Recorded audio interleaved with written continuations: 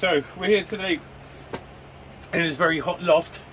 We've just installed a new Worcester 8000 35 kilowatt system boiler, and we're going to be upgrading the system controls to a Hive. So let's get it out of the box, and the first thing we need to do is get the hub, and we need to connect this to the internet router.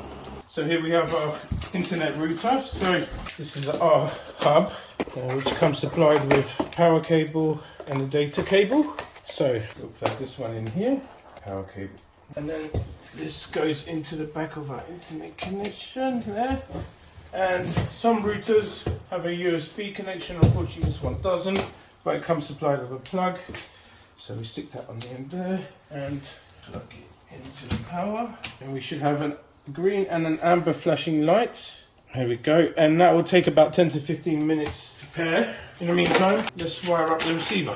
So next step, we have our receiver, and currently we have a programmable wireless thermostat for the heating, and this is a program which can store the hot water. So we're going to take these both out, and this is our wiring center where we're going to connect everything up.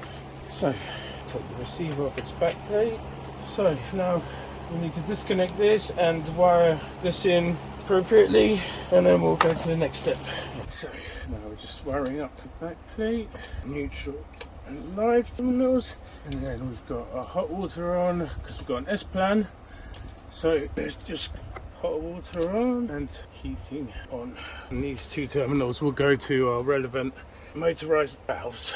That's wired in. Now we put on our receiver, tighten the screws at the bottom, hold it onto the bracket. There we go. And now we just need to connect our cable in the wiring center to the relevant ports. So that's live and neutral connected. Now we need to connect our hot water on and heating on to the brown lines of the relevant motorized valves. There we go. Right, so that's that done. Put the cover back on. So now that we've got everything wired up, all that remains now is we're going to get our thermostat, and we're going to remove the backing plate, and now we're going to unpack the batteries and put them into the back of our thermostat.